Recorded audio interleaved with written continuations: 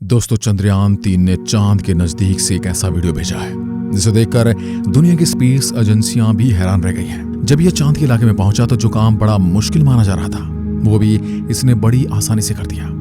ये काफी तेज स्पीड से चांद की तरफ बढ़ रहा था, तो आखिर इसकी स्पीड को कैसे कम किया गया? चंद्रमा की कक्षा में पहुंचते इसने वहां से वैज्ञानिकों को क्या संदेश भेजा जिसने बड़ी बड़ी स्पेस एजेंसी की होश उड़ा दिए? और आखिर क्यों वैज्ञानिकों ने 6 अगस्त की रात को 11 बजे इसके इंजन फिर से स्टार्ट किए थे?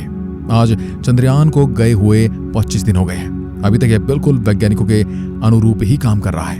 इन 25 दिनों के अंदर इसने कई सारे मुश्किल कामों को किया है। अब आपके दिमाग में सवाल उठना होगा कि आज चंद्रयान किस स्पीड से आगे बढ़ रहा है और कहां पर मौजूद है और कितने दिन लग जाएंगे इसको चांद की जमीन पर उतरने में, और इसने चांद की पहली तस्वीर में क्या कैद किया है, और वैज्ञानिक बार बार 2-3 दिन छोड़कर इंजन को क्यों चालू कर रहे हैं। आज की इस वीडियो में हम आपके सभी सवालों के जवाब बिल्कुल क्लियर देने वाले हैं। फ्यूचर साइंस यूट्यूब चैनल को सब्सक्राइब कर लीजिए।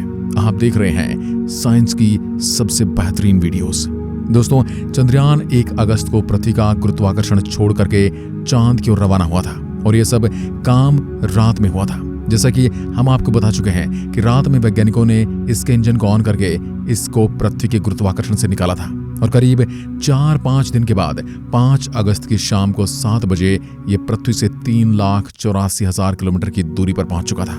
अब इसे वहां से कुछ ऐसा काम करना था जो काफी मुश्किल माना जाता है। पहले तो इसे अपनी स्पीड कम करनी थी ताकि इसे आसानी से चांद की कक्षा में डाला जा सके। अब यह एक प्रकार से चांद के इलाके में आ चुका था। एक दिक्कत यहाँ पर थी कि पृथ्वी की तुलना में चांद की ग्रेविटी बहुत कम है। उदाहरण के लिए हम आपको बताएं तो जब चांद पर इंसान गए थे, उनको जब आप वीडियो में देखोगे तो चांद की जमीन पर उछल कर चल रहे थे, क्योंकि वहां पर उनका वजन अपने आप कम हो जाता है। तो इसलिए लिहाज से भी चंद्रयान-3 को चांद के गुरुत्वाकर्षण में डालने के वक्त वैज्ञानिकों को बहुत ज्यादा सावधानी रखने की जरूरत थी, क्योंकि इसे चांद की कक्षा में अपने आप को एडजस्ट करना था। चंद्रयान को चांद की कक्षा में डालने के लिए वैज्ञानिकों ने इसके इंजन को चालू करने वाला बटन दबाया। करीब 25 मिनट तक इसके थ्रस्टर्स को ऑन रखा गया। थ्रस्टर्स की मदद से धक्का देकर स्पीड को कंट्रोल किया गया, और यह मुसाफिर सफलतापूर्वक चांद की कक्षा में चला गया। चांद की कक्षा में जाते ही इस मुसाफिर ने वहां से एक मैसेज भेजा जिसने वाकई में वैज्ञानिकों को इमोशनल कर दिया। चंद्रयान-3 ने चांद की कक्षा में पहुंचने पर वैज्ञानिकों को मैसेज भेजा, मॉक्स स्ट्रक। मैं चंद्रयान-3 हूं, मुझे चंद्रमा की ग्रेविटी महसूस हो रही है। I am feeling the gravity of moon.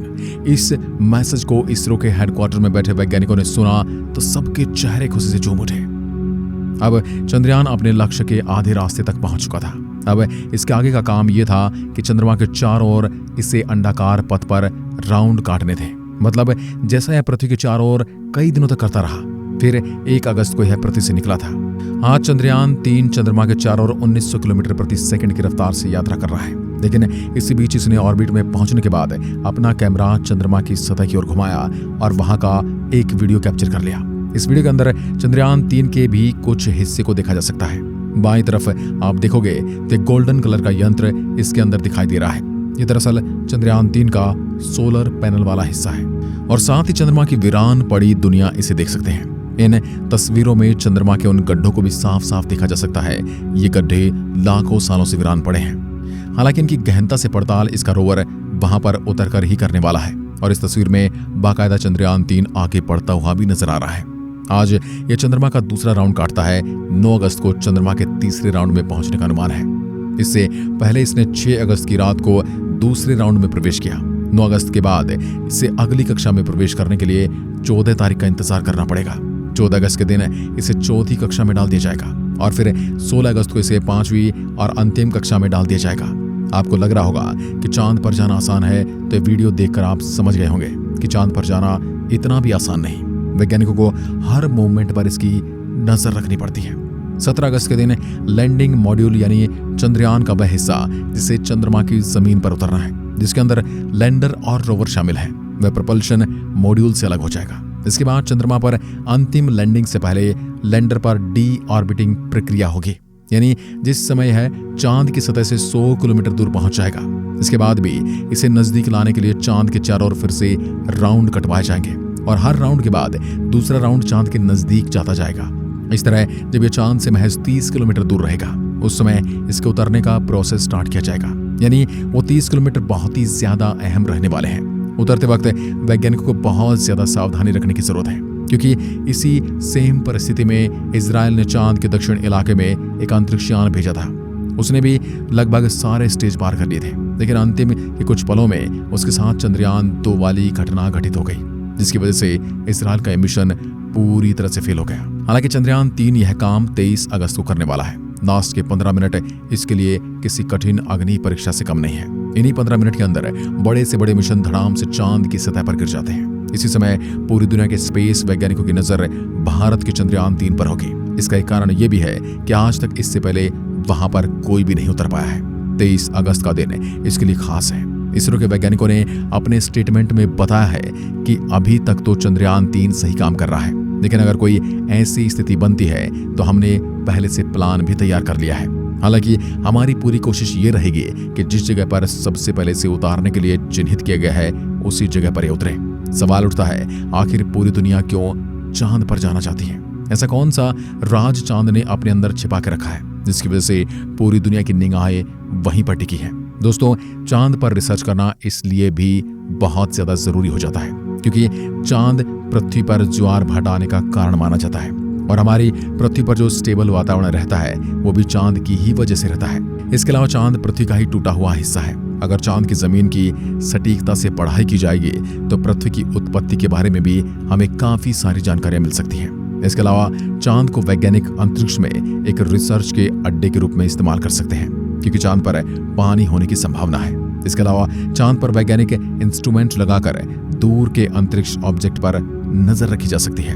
अगर चांद पर वैज्ञानिक अपना स्टेशन बना लेते हैं जिसके जरिए पृथ्वी पर आने वाले किसी भी खतरे की पहले से ही हमें जानकारी मिल सकती है। इसके अलावा चांद पर जो सबसे महत्वपूर्ण चीज है वो है एनर्जी सोर्स। इसरो और नासा के चंद्रमा के उत्तरी और दक्षिणी ध्रुव पर बर्फ की खोज की है, और जो कि आने वाले समय में मनुष्य के लिए चंद्रमा पर रिहायश की एक उम्मीद जगाते हैं, क्योंकि पानी हाइड्रोजन और ऑक्सीजन के अणुओं से मिलकर बनता है, जिसे तोड़कर वातावरण में ऑक्सीजन की उपलब्धता करवाई जा सकती है। हालांकि निकट भविष्य में इसकी संभावना कम है, और चंद्रमा का गुरुत्वाकर्षण भी जो कि पृथ्वी के मुकाबले 1/6 है, इसलिए मनुष्य के लिए सामान्य तरीके से वहां रह पाना लगभग असंभव है। कुछ एक्सपर्ट का ऐसा मानना है कि भविष्य में बेहतर तकनीक के विकास के जरिए वहां के खनिजों का उपयोग मनुष्य के लिए किया जा सकता है।